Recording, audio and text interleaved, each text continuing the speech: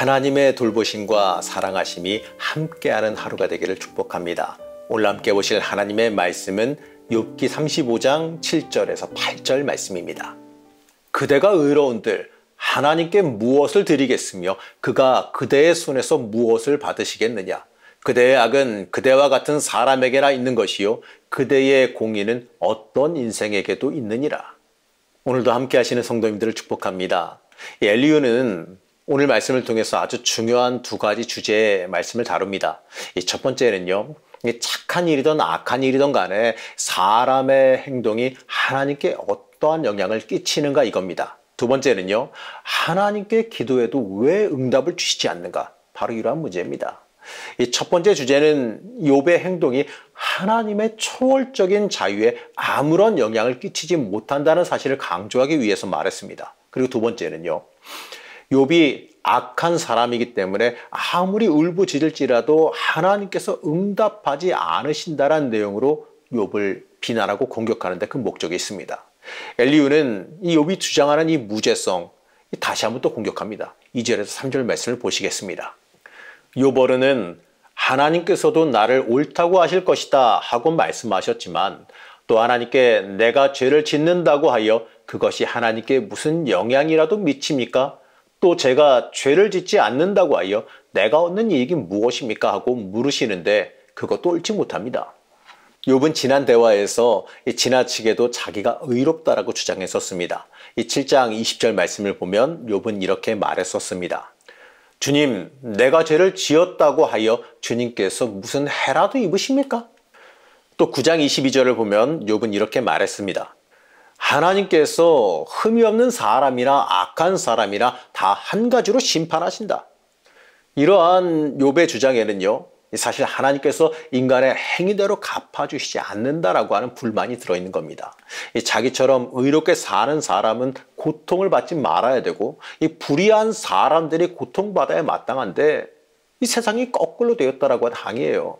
자기가 아무리 의롭게 살아도 이런 고통을 당하는데 이 죄를 짓든 말든 하나님께 아무런 영향도 끼치지 못하고 나한테 아무런 유익도 없다라고 하는 항의입니다. 한마디로 말하면 이렇게 말할 수 있겠죠.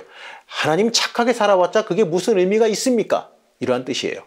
이 말은 어떻게 보면은요, 가만히 생각해 보면은 좀 맞는 말 같기도 하죠. 우리의 인생을 살면서 여러 사람의 이야기를 듣게 됩니다. 선하게 사는 사람이 하는 일마다 실패하고 어려움을 겪게 되는데 약하게 사는 사람이 하는 일마다 성공하고 좋은 일이 일어나는 것을 보게 될 때에 이 착하게 살아서 뭐하냐 이러한 한탄이 나오기 마련이지요.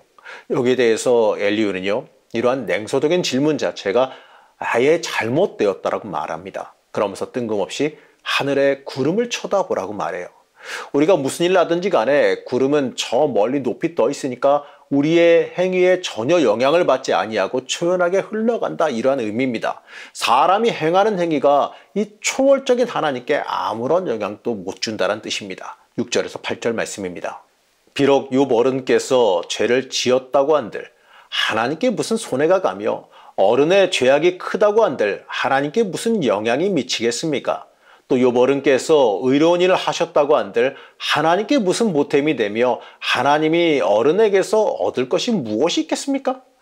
욥 어른께서 죄를 지었다고 해도 어른과 다름없는 사람에게나 손해를 입히며 욥 어른께서 의로운 일을 했다고 해도 그것은 다만 사람에게나 영향을 미칠 뿐입니다.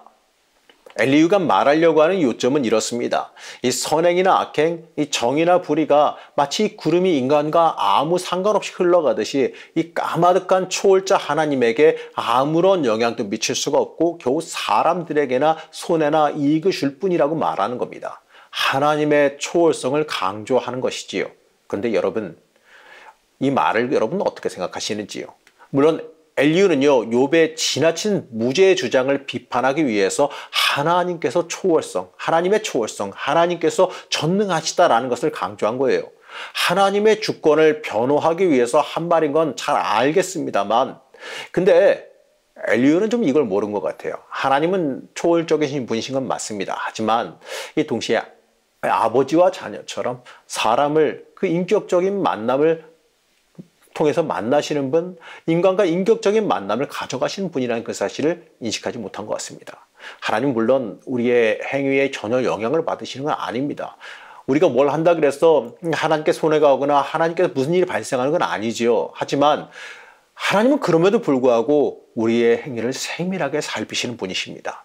하나님은 우리의 이름도 알고 계시며 우리의 세밀한 부분까지 다 세서 알고 계십니다. 우리의 머리털 하나까지 다 세서 알고 계신다고 말씀하시지 않습니까? 그렇기 때문에 하나님께서 우리에게 관심이 없다 이거 아니에요.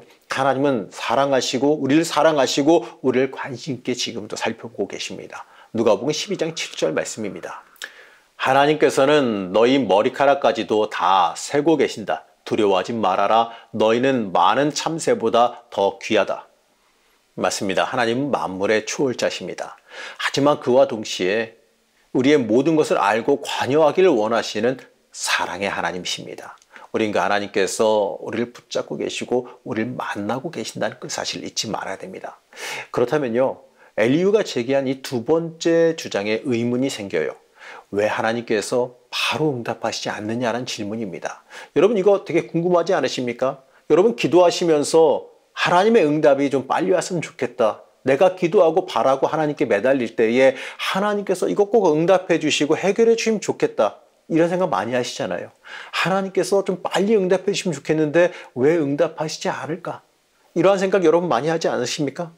엘리후는요, 여기에 대해서 뭐라고 말하냐면 욥이 악해서 그렇다라고 말합니다.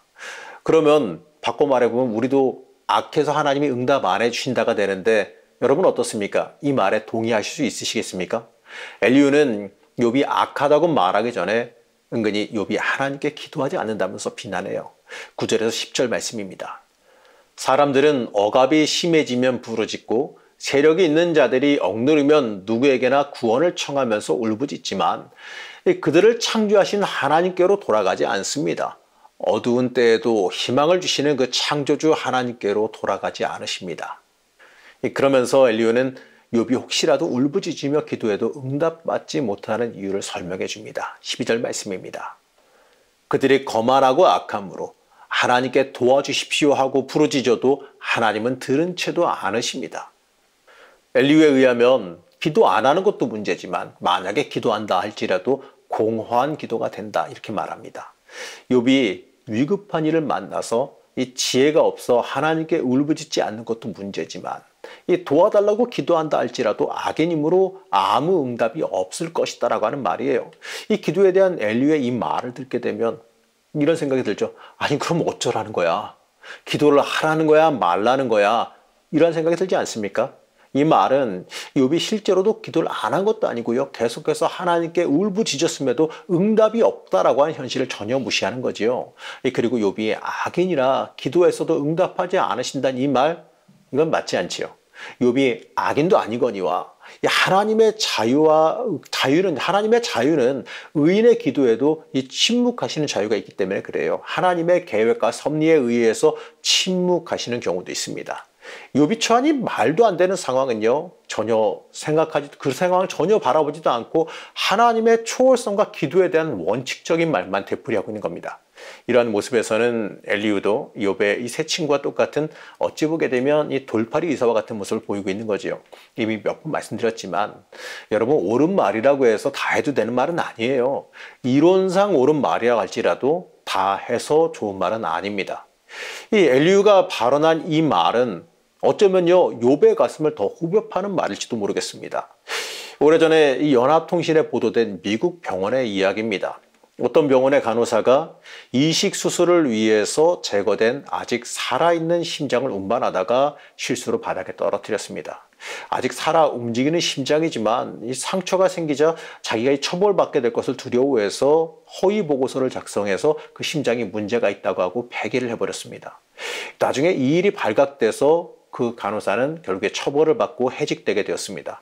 그런데 이 간호사에게 부과된 공식 죄목이 굉장히 주목을 끌었다고 합니다. 사람의 심장을 잘못 간주했음. 바로 이러한 판결이었다고 합니다. 저는 이 이야기를 들으면서 이 목사로서 지금 살아온 그 삶을 돌아보면서 이 사람의 마음을 잘못 따르는 죄를 저질렀음을 저도 돌아보면서 회개해 봅니다. 그러면서 이제 앞으로도 인생을 살아가면서 목사로서 살아가면서 사람의 마음을 잘못 따르는 죄를 저질러서는 안 되겠다. 이렇게 마음을 먹었습니다. 엘리후가 분명히 하나님이 직접 욥을 만나기 전에 중간자적인 역할을 하는 건 맞아요. 하지만 이 모습만큼은요, 사람의 마음을 헤아리지 못하는 나쁜 모습을 보여주고 있는 겁니다. 사랑하는 성도 여러분, 우리가 저지르기 쉬운 잘못이 바로 여기 있습니다. 우리는 옳은 말이라고 해서 다 해도 된다고 생각해서는 안 돼요. 옳은 말이고 이론적으로는 보탬이 되는 말은 맞습니다. 하지만 이 말로 인하여서요, 다른 사람에게 상처를 주게 된다면, 이 말이 분란을 가져오게 된다면 한 번 더 생각해야 되고 안 해도 되는 말은 하지 말아야 될 겁니다. 하나님은 우리가 교회 안에서 일 잘하는 것보다 이 서로의 마음을 보듬어주고 배려해주고 사랑해주길 원하십니다. 하나님의 마음은 위로하고 살피며 보듬어주길 바라시는 겁니다. 여러분, 우리가 믿음이 자라고 성장하고 은혜를 받게 되면 우리의 인격도 자라고 성장하게 되어 있습니다. 우리의 인격이 자라고 우리의 마음이 자라지 못한다면 여러분 참 미안한 얘기지만 우리가 영적으로 거듭나지 못했다는 것, 영적으로 성장하지 못했다는 것, 진짜 은혜를 받지 못했다는 것으로 인식해도 됩니다. 여러분, 우리는 하나님의 마음을 품어야 됩니다. 사람을 사랑하고 살피고 살리기를 원하는 하나님의 마음을 우리도 품을 수 있어야 됩니다. 여러분, 오늘날로 살아가시면서 이 하나님의 마음 품고 살아가시기를 소망하시기 바랍니다. 하나님은 오늘도 우리를 위해서 십자가에 달리시고 피 흘리시고 우리를 위해서 기꺼이 고난을 당하셨습니다. 우리를 사랑하시기 때문에 우리를 사랑하시는 그 사랑을 잊지 마시고 하나님의 마음, 하나님 우리에게 바라시는 그 마음 품고 살아가시기를 시간 간절히 소망하시기를 바랍니다. 우리를 아직도 사랑하신 하나님, 우리의 모든 것을 세밀하게 살펴보고 계시는 그 은혜에 감사드립니다. 우리도 하나님의 마음을 닮아서 서로 간에 배려하고 품어주고 사랑하기를 원합니다. 우리가 혹여나 말로 또는 이기적인 마음으로 상대를 배려하지 못하고 공격하고 있지는 않았는지, 내가 엘리후나 욥의 새 친구와 같은 역할을 하고 있지는 않았는지 돌아보며 회개하기를 원합니다. 하나님 보시기에 선한 사람, 하나님께서 품은 마음을 품은 사람, 하나님 그 사람이 내가 되길 원합니다. 오늘날도 살아가면서 하나님의 마음을 품고 살아갈 수 있게 허락하여 주시옵소서. 오늘도 우리를 붙잡아 주시길 원하오며 거룩하신 예수님의 이름으로 간절히 기도드렸습니다. 아멘.